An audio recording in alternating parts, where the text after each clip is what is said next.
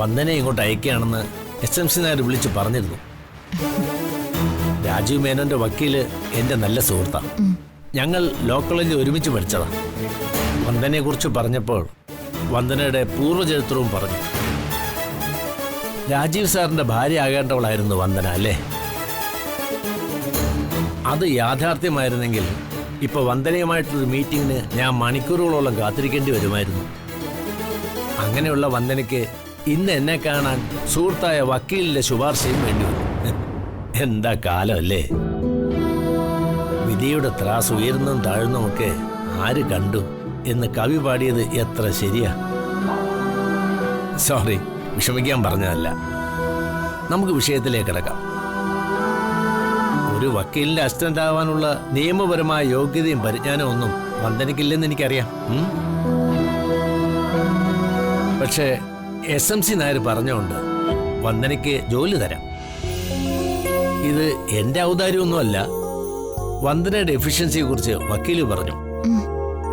താൽക്കാലികമായി ട്രെയിനി എന്നുള്ള നിലയിൽ വർക്ക് ചെയ്യാം. പിന്നീട് നമുക്ക് നോക്കാം. Thank you sir. ട്രെയിനിയായി തന്നെ ജോലി ചെയ്യാൻ എനിക്ക് സമ്മതം. ഓക്കെ, വരൂ, സ്റ്റോർ റൂം ഒന്ന് നോക്കാം.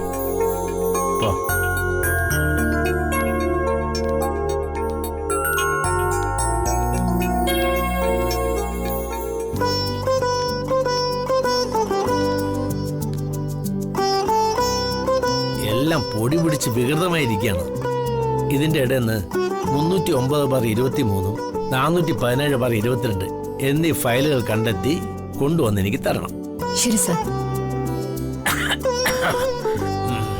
എനിക്ക് പൊടി അലർജിയാ. ആ ഗുമസ്തനാണ് ഇന്ന് ലീവും. ഇന്ന് കോടതി അവധിയായോണ്ട് മറ്റുള്ള സ്റ്റാഫുകൾ ആരും എത്തിയിട്ടില്ല. അതൊന്നും സാരല്ല സർ. കേസ് ഫയൽ ഞാൻ കണ്ടുപിടിച്ചോണ്ട് വരാം. ഗുഡ്.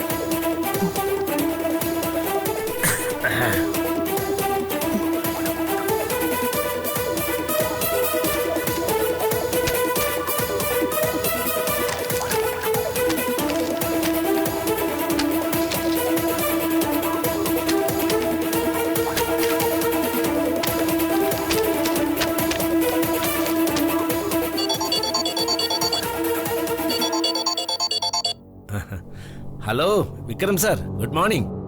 മോർണിംഗ്. എന്റെ ഭാര്യയുടെ പേരിൽ തോട്ടം വാങ്ങുമെന്ന് പറഞ്ഞിരുന്നല്ലോ. അതിന്റെ രജിസ്ട്രേഷനെ കുറിച്ച് സംസാരിക്കാനാ. ഓക്കെ, പറഞ്ഞോളൂ സാർ. വസ്തു ഭാര്യ വർഷയുടെ പേരിൽ തന്നെ ആയിക്കോട്ടെ.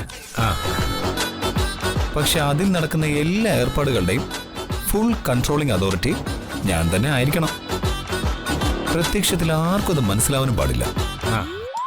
അതായത് ഹിഡൻ ലോ പോയിന്റ്സ് ഉള്ള രജിസ്ട്രേഷൻ ആയിരിക്കണമെന്ന് അർത്ഥം. എന്താ വക്കീലെ ചിരിക്കുന്നത്? ഇതുപോലുള്ള എത്രയോ രജിസ്ട്രേഷൻസ് ഞാൻ സാറിന് വേണ്ടി ചെയ്തിരിക്കുന്നു. അതുകൊണ്ട് സാറിന് ഈ കാര്യത്തിൽ ഒരു ടെൻഷനും വേണ്ട. എല്ലാം ഞാൻ വേണ്ടതുപോലെ കൈകാര്യം ചെയ്തോളാം. Okay, thank you.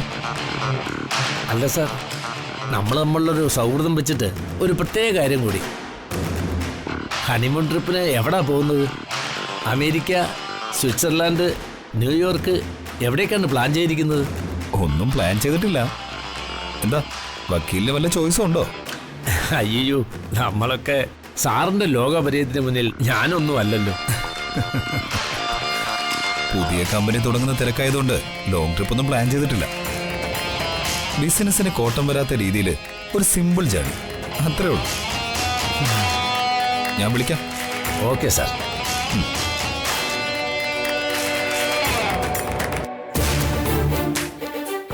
ഇത് സർ, സാർ പറഞ്ഞ ഫയല്.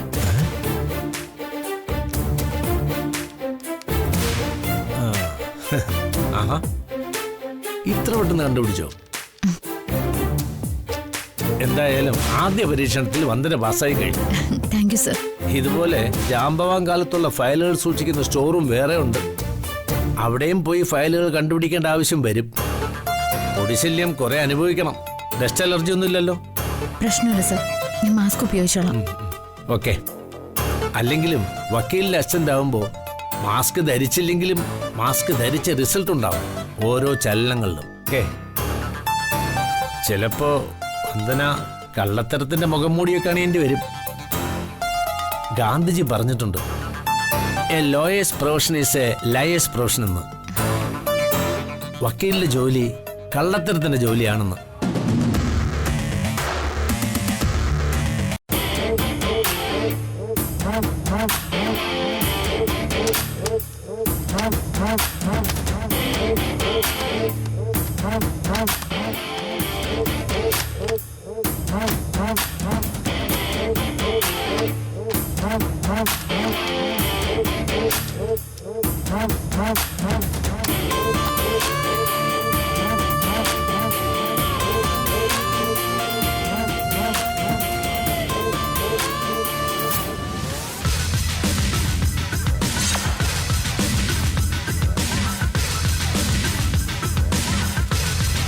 ഫയലെടുക്കുമ്പോ ഈ പേര് ഞാൻ ശ്രദ്ധിച്ചില്ലല്ലോ.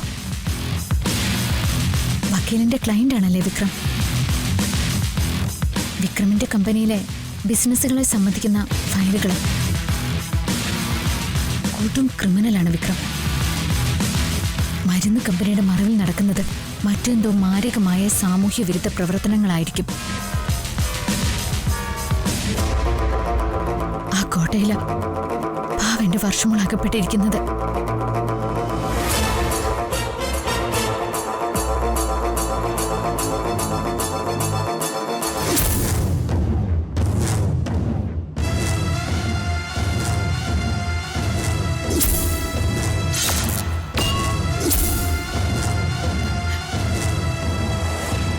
സംഭവത്തിന് ഏക ദൃക്സാക്ഷി ഞാൻ മാത്രമാണ്. അനിയത്തി ഇപ്പോ അവന്റെ സ്വർഗീയ സുഖങ്ങളുടെ താവളത്തിലാണ്. അവനെന്ന പിശാചിന്റെ നരകം അവൾ ഇനിയും കണ്ടിട്ടില്ല. ഒരു പക്ഷെ അവൻ ആരാണെന്ന് വ്യക്തമാക്കുന്ന ഒരു തുമ്പോ തെളിവോ ഈ ഫയലിൽ നിന്നും കിട്ടാതിരിക്കില്ല.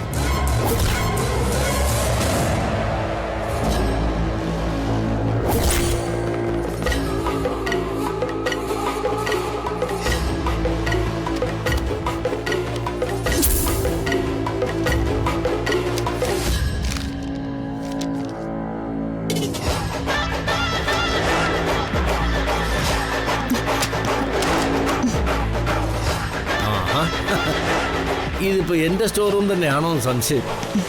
ശരിക്കും വൃത്തിയായി. ഈ പണിയൊന്നും വന്ദന ചെയ്യാനുള്ളതല്ല. ഫയലുകളൊക്കെ പൊടികേറി മുഷിഞ്ഞ് നാശായി. ഈ ഫയലുകളിലൊക്കെ ഓരോരോ ജീവിതങ്ങൾ കുടുങ്ങി കിടപ്പുണ്ട് സർ. ജീവിതങ്ങളുടെ അടുക്കും ചിട്ടയും തെറ്റിപ്പോയെങ്കിലും ഫയലുകൾ ക്രമം തെറ്റിയിരിക്കേണ്ടെന്ന് തോന്നി. എന്റെ വീടായ ഞാനിതൊക്കെ ചെയ്യണ്ടേ സർ? വീട് പോലെ തന്നെ എനിക്ക് ഓഫീസും. നന്നായി. കുടുംബത്തിൽ പറഞ്ഞതിന്റെ ക്വാളിറ്റി വന്ദനയിലുണ്ട്.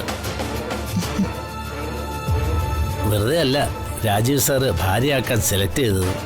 വേണ്ട സർ, അതൊക്കെ അടഞ്ഞ അദ്ദേഹങ്ങളാ. എല്ലാം ഞാൻ മറന്നു കഴിഞ്ഞു. ഒന്നും എന്നെ ഓർമ്മിപ്പിക്കരുത്. സോറി. ഞാനിങ്ങനെ കേസ് ജയിക്കാൻ വേണ്ടി എതിർകക്ഷികളുടെ മനസ്സ് തളർത്തിയല്ലേ ശീലം. അതിപ്പോ വന്ദനയുടെ കാര്യത്തിലും അറിയാതെ സംഭവിച്ചു. ഒരിക്കൽ കൂടി സോറി. ആ നേരം വൈകി. എനിക്കാണൊരു അർജന്റ് മീറ്റിംഗ് ഉണ്ട്. വന്ദന പൊക്കോളൂ. നാളെ വന്നാൽ മതി. ശരി സർ.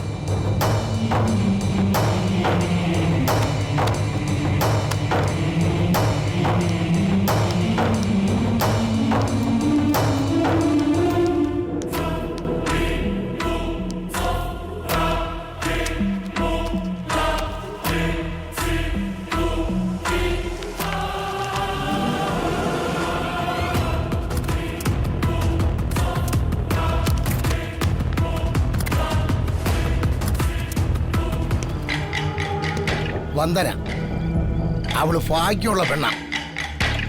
മരണത്തിന്റെ മുന്നിൽ നിന്ന് അവള് രക്ഷപ്പെട്ടത്. എൻ്റെ സമ്മതി അവള് ചില്ലറക്കാരിയൊന്നും അല്ല. അവളെ കൊല്ലാനും തട്ടിക്കൊണ്ടുവരാനൊക്കെ ആയിട്ട് ഞാൻ 2-3 തവണ നിന്നെ അയച്ചതല്ലേ. അവള് പുഷ്പം പോലെ ഊരി പൊന്തിരിടാം. അതുകൊണ്ട് കാലൊടിഞ്ഞ കോഴിയെ പിടിക്കാൻ പോകുന്ന അത്ര ലാഘവത്തോടെ നീ ഇതിനെ കാണരുത്. പറഞ്ഞു മനസ്സിലാവണം. എന്റെ ഗുണ്ടയാ നീ ലക്ഷ്യം നിറവേറ്റുന്ന ഉറപ്പുള്ളത് കൊണ്ടാണ് കുറുപ്പ് സാർ ഈ ദൗത്യം നിന്നെ ഏൽപ്പിച്ചത്. എന്നെ നാണം കെടുത്തി കളയരുത്. ഇല്ല സാർ, ഇത്തവണ അവൾ മിസ്സാകില്ല. ഞങ്ങൾക്ക് പാരയായത് സാറിന്റെ മകൻ ജഗൻ തന്നെയാണ്. ആദ്യം അമ്പലത്തിന് മുന്നിൽ വെച്ച് വന്ദനയെ കാറിടിച്ച് കൊല്ലാൻ ശ്രമിച്ചപ്പോ രക്ഷകരായി ബൈക്കിൽ മുന്നിൽ കയറി വട്ടം വെച്ചു. പിന്നീട് തിരികെ ഇറങ്ങിയപ്പോൾ ചില സിനിമയിലെ വീരനായകനെ പോലെ രക്ഷകനായി.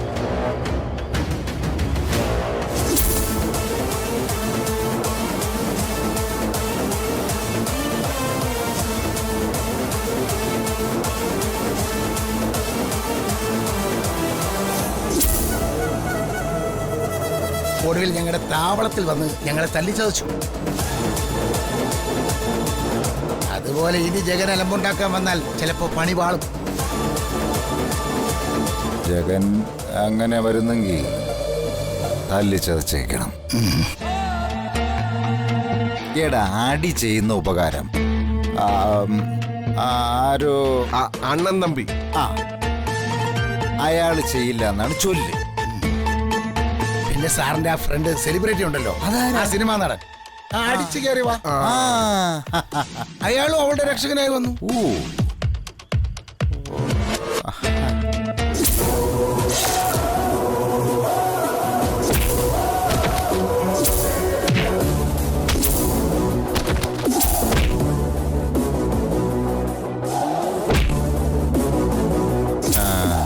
എന്നാ പിന്നെ ഇനി ഒന്നും നോക്കണ്ട, കൃത്യമായ അവസരം നോക്കി അവളെ തട്ടിയേക്ക്. അത് ഞാൻ ഏറ്റു സാർ. അവൾ ബസ്സിൽ വന്നിറങ്ങുന്ന സമയത്ത് ആ പരിസരത്തെ ട്രാൻസ്ഫോമർ ഞാൻ കേടാക്കും. ഇരുളിൽ വെച്ച് അവളെ ഞാൻ തീർക്കും. അതുപോലെ കാര്യം നടന്ന് ആവശ്യപ്പെടുന്ന പണം ഞാൻ തരും. ചിലപ്പോ പറഞ്ഞതിലും ഇരട്ടി. മതി.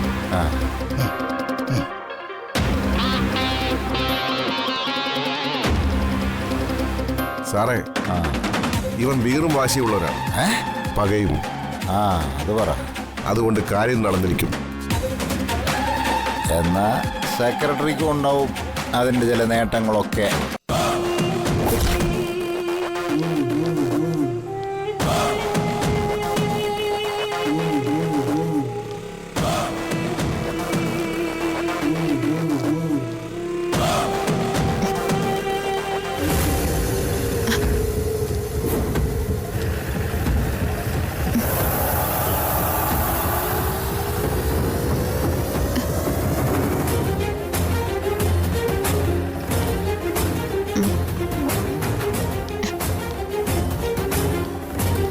ബാറ്ററി ചാർജ് പോയല്ലോ. ഈശ്വര, ഇവിടെ ആരും കാണുന്നുമില്ലല്ലോ. ഒരു ഓട്ടോ എങ്കിലും കിട്ടിയിരുന്നെങ്കിൽ. ഒരു സ്ട്രീറ്റ് ലൈറ്റ് പോലും ഇല്ല.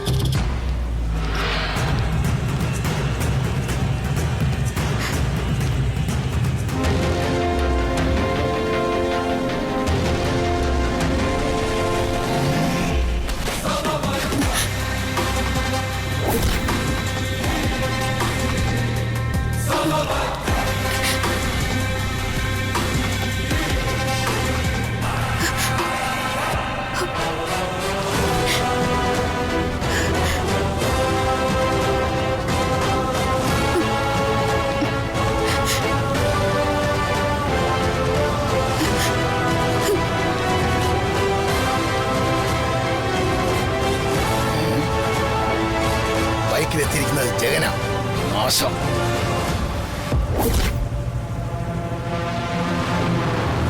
ഇപ്പൊ തട്ടിക്കൊണ്ടുപോകാൻ നോക്കിയാൽ ചിലപ്പോ പണിപാളും. വണ്ടി എടുക്കടാ.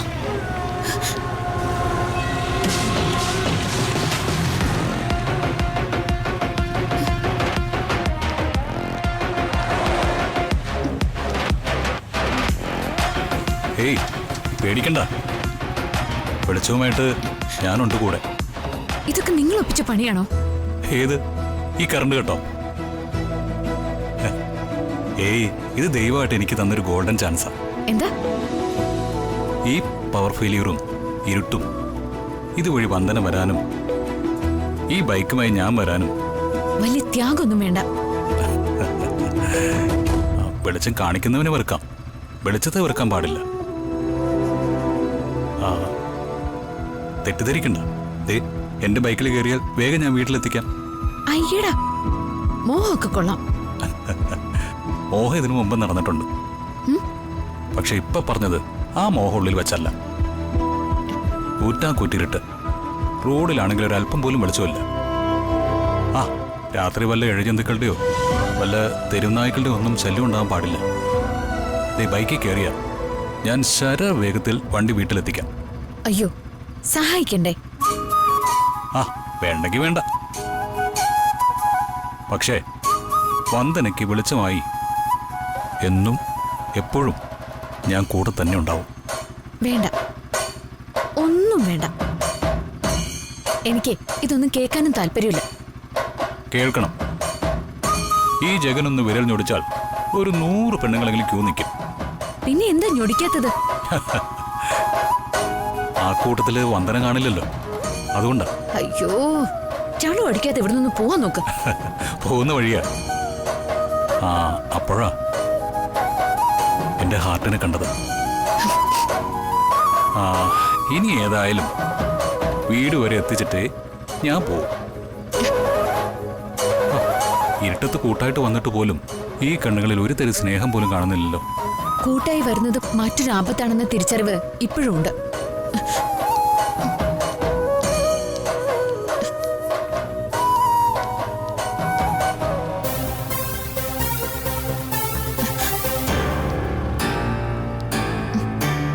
ഇവരോട് സഹായം ചോദിക്കാം.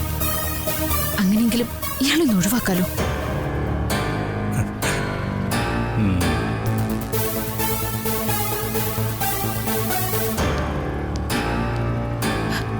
നോക്കടാ, ഒരു പെണ്ണ് അങ്ങോട്ട് നിന്ന് മുട്ടിയാലോ?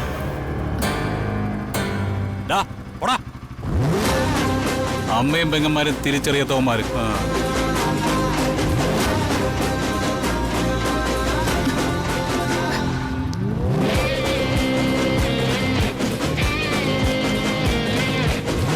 ഈശ്വര, കൂട്ടായി വരുന്നത് മറ്റൊരു ആപത്താണെന്ന തിരിച്ചറിവ് എനിക്കുണ്ട്.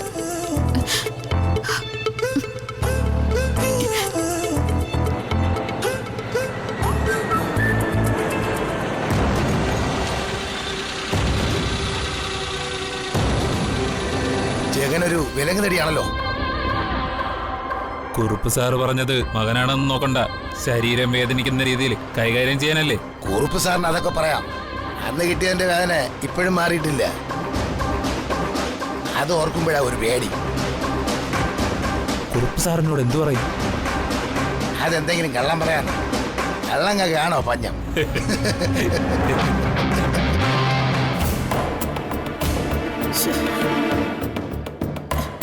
ഈ കറണ്ടിന് പോകാൻ കണ്ടൊരു സമയം പെണ്ണിനെ കാണുന്നില്ലല്ലോ.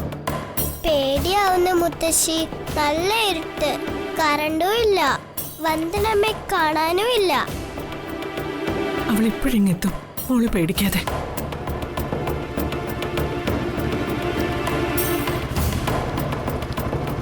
ആരോ ഇങ്ങോട്ട് വരുന്നുണ്ടല്ലോ.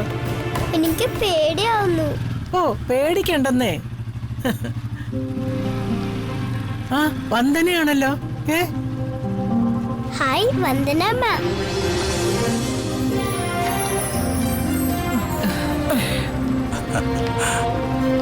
വന്ദനമ്മേ, താമസിച്ചത് പേടിച്ചു പോയല്ലോ.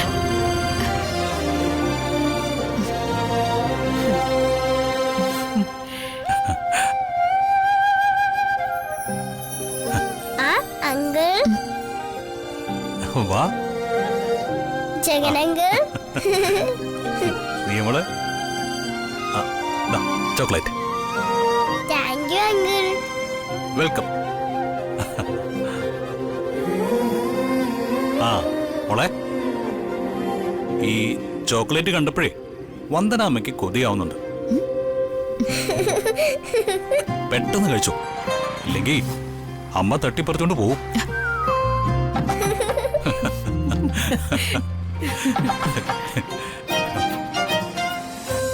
ആവശ്യമില്ലാത്തൊന്നും കഴിക്കരുത് മോളെ, പല്ല് കേടാവും. Local chocolate കഴിച്ചാലാ കേടാവുന്നത്. ഇതേ തനി ഫോറിൻ ചോക്ലേറ്റാ. പല്ലി കേടാവില്ലെന്ന് മാത്രമല്ല, നല്ല ഉറപ്പും കിട്ടും. അല്ല, മോനാണോ വന്ദന ഇവിടെ കൊണ്ടുവന്ന് എത്തിച്ചത്? അതെ അമ്മേ, അത് അതിന്റെ ഉത്തരവാദിത്വമാണല്ലോ. പ്രതിസന്ധിപ്പെട്ട് കുഴങ്ങുന്ന ആരെയെങ്കിലും ദൈവം എന്റെ കണ്ണിൽ കാണിച്ചു തരും. ആ പ്രതിസന്ധി പരിഹരിച്ചു കൊടുക്കടാ ജഗ എന്നൊരു കൽപ്പനയും തരും.